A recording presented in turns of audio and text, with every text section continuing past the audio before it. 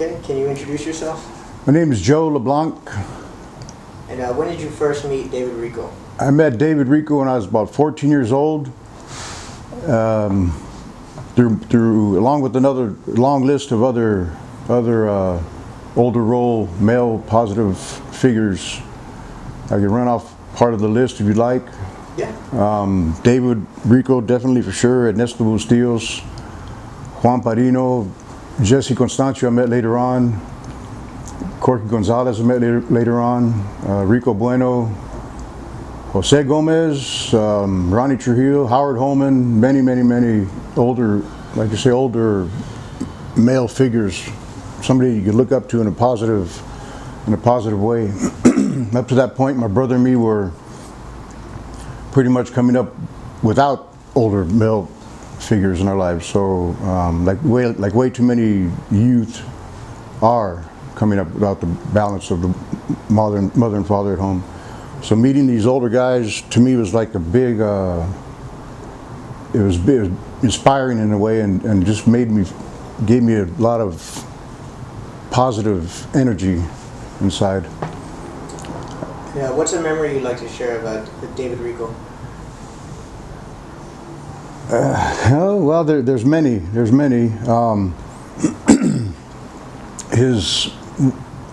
Let me just say real quick that with these older guys that I was meeting, I would like to draw something from each and every one of them that I liked, something that stood out, even though it was a comprehensive, they're all into the struggle, into the movement, in search of the common ground, looking for the betterment of the people and many other things, of course. But I would draw certain things of their personalities that stood out. And Jose Gomez, for example, was one of the hardest working people I had met up to that time, aside from my uncle, that we didn't have much contact with. Jose Gomez definitely, his work ethic, I'm sure he would have dug up the whole park by himself if it would have been necessary back then. Chunky, of course, is a sense of humor. You could be in a tense, tight, awkward situation and come up with some kind of off-the-wall joke to put everybody at ease, allow yourself to refresh your breath and go at whatever you're handling at the time again, but with a clearer mind and a release of pressure. David, I liked his passion and his drive. He knew what he was going to do, what he wanted to do, and the way he did it, he would lead from the front. He wouldn't be off the side or back or middle. He was up to the front, leading by example. So that leadership quality in him really stood out to me. And I know you were a beret with David. Yeah. How was that experience? That was, once again, me being the youngest, I was like the kid of the whole group of all these beautiful people that I'd met. And I was fine with that position, that label, the kid, but I was lucky in the sense that the experiences with David and the Berets and the people at Chicano Federation, the Chicano Park Steering Committee, you can't help but develop a sense of pride, obviously, some self-worth, a feeling of satisfaction that you're doing things for other people. It's not for you, you're doing it for other people, and that gives just a person, especially a youngster, at a very crucial age, a lot of positive hope, positive look on life. And would you like to share how you earned your patch with the Berets? That was when David, at one of our Chicano Park fundraisers, during the break with the music, the entertainment, little David Jr. got up and on the Berets' part,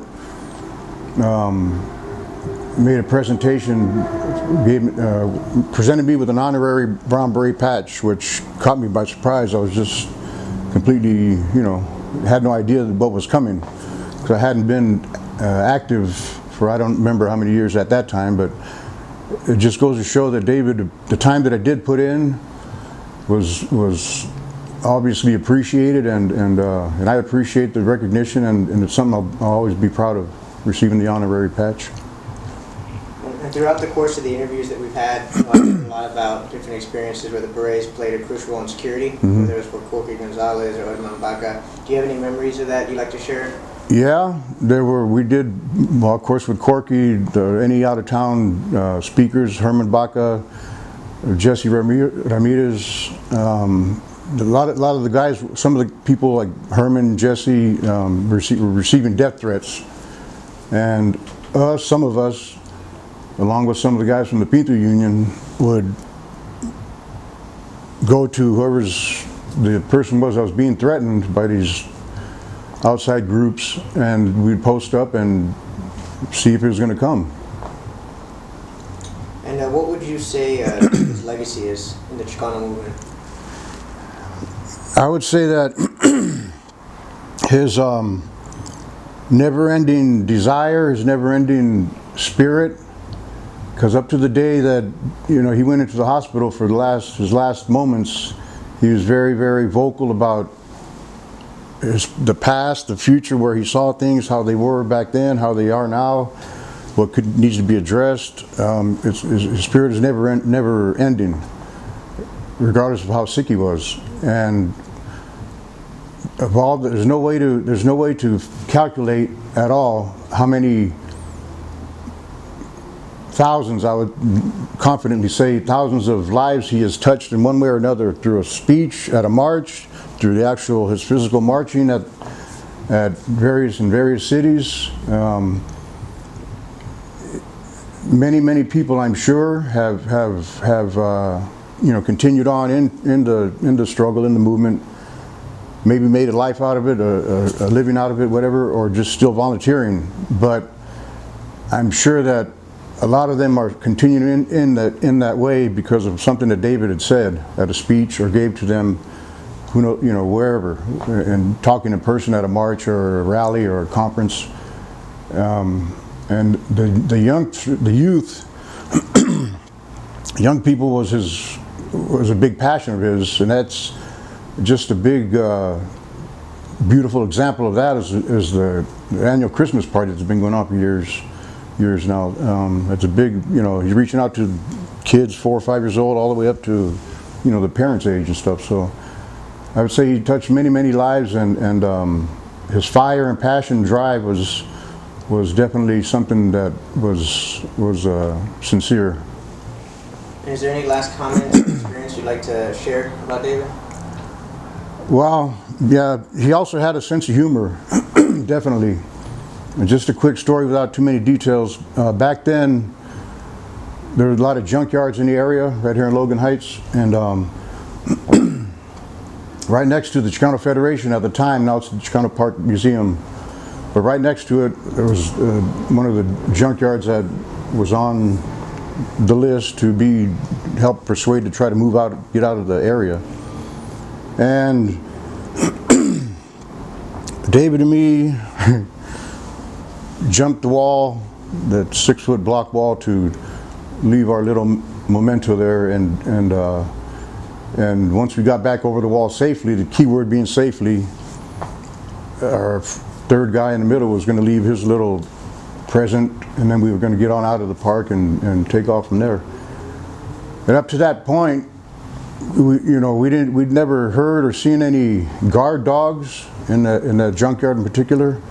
So we figured, okay, it's going to be good. We'll get there, no problem at all, do everything. But before we got there that night, apparently they had a dog or something, got one, because once we landed on the other side of the wall, we heard this very large dog barking away, and I jumped back over the wall, and before I jumped, I turned around. He wasn't coming my way, so he had to be going David's way.